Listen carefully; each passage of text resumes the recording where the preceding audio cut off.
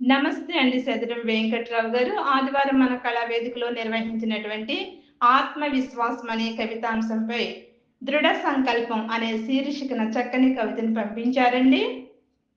ఏం చెయ్యాలన్నా దృఢ సంకల్పం, ఆత్మవిశ్వాసం కలిగి ఉండాలి. ఆ విధంగా ఉంటే సాధించలేనిదంటూ ఏమీ ఉండదు. చంద్రమండలంలోకి ప్రయాణం చేయడం, సముద్ర గర్భంలోకి వెళ్ళి అన్వేషణ చేయడం, ఆత్మవిశ్వాసంతో పరిశోధనలు చేసి అద్భుతాలు సృష్టించిన, విజయాలు సాధించిన ఎందరో మహానీయులు వారి ఆత్మవిశ్వాసమే ఘన విజయాలకు తొలిమెట్టు. ముందు ముందు సాగాలన్నా, పైకి ఎక్కాలన్నా దృఢ సంకల్పం ఉండవలెను. మనిషిని మహనీయునిగా చేసేది ఆత్మవిశ్వాసమే. సంకల్పం కలిగి ఉంటే ఘనంగా, దృఢంగా అన్ని విజయాలు సమకూరుతాయి. ఎన్ని ఆటంకాలు ఎదురైనా అదరకుండా, బెదరకుండా సాగిపోవాలి ముందుకు. ముందుకు ఆత్మవిశ్వాసమే ఏది సాధించాలన్నా మూలమైనది.